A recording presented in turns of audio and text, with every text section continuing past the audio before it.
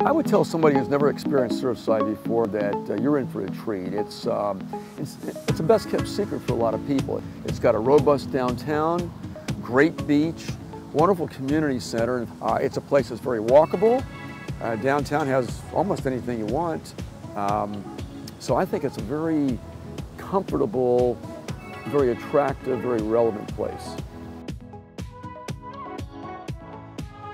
Hi, I'm Dr. Paul George. I conduct tours of Surfside. I've been doing it now for 2 years.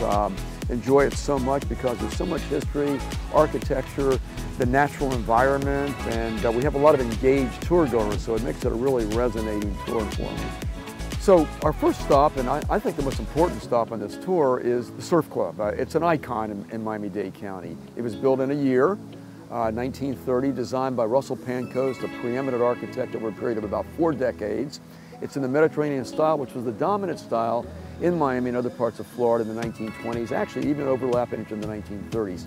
So what comprises that style? Barrel tile roof. It's a very elongated building, textured stucco, arches at the windows, arches at the entryway, an enclosed courtyard, which is just by the Peacock Alley, which is one of the neat features of the building itself. All of that comprises what I think is a very distinctive building. It opened on New Year's Eve of 1930, and it's a pretty exclusive place. It attracted the likes of Winston Churchill, the Duke and Duchess of Windsor, Elizabeth Taylor, Jimmy Durante, and a lot of movers and shakers in the political world. So it has such a remarkable history to it. And then I point out the wonderful local historic district we have, both along Collins Avenue and the 900 block, as well as on Harding Avenue on the back side.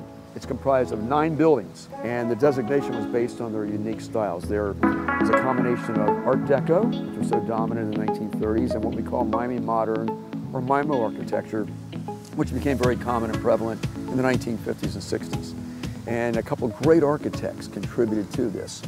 Russell Pancoast was one of the designers. Gilbert Fine, who was a fantastic MIMO designer, and the great Henry Hohauser, who was probably the preeminent Art Deco architect in greater Miami in the 1930s.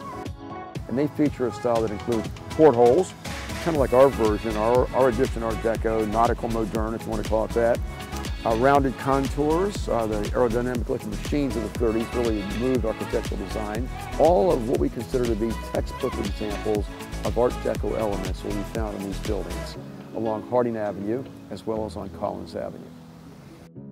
And then as we near the community center, I like to kind of segue from there and talk about this dynamic downtown that Surfside possesses. Harding Avenue is a very special part of Surfside because it hosts the downtown.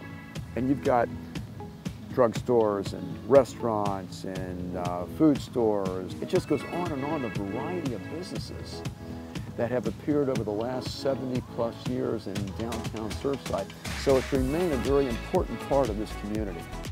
Town Hall is interesting. There was an earlier town hall going back to the town's incorporation in 1935 that stood over on Harding Avenue, sort of a neo-colonial style building. They decided they needed something better and bigger, and so in the mid-1950s, they built the present town hall, which opened in 1957. And as the town grew and as things got busier, they decided in the early part of the 2000s, we needed to do something with this to make it more practical, make it more relevant, and they overhauled the building. And they gussied it up a lot, but they also made it more functional. And that's the town hall we have today.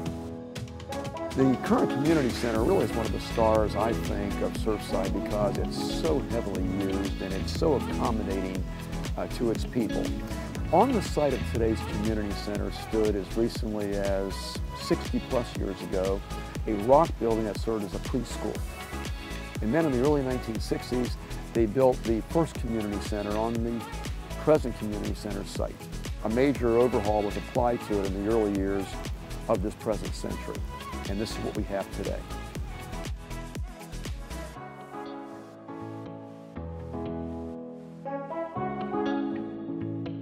So come out and join us on this tour. There's so much to learn, there's so much to enjoy in this very unique town of Surfside.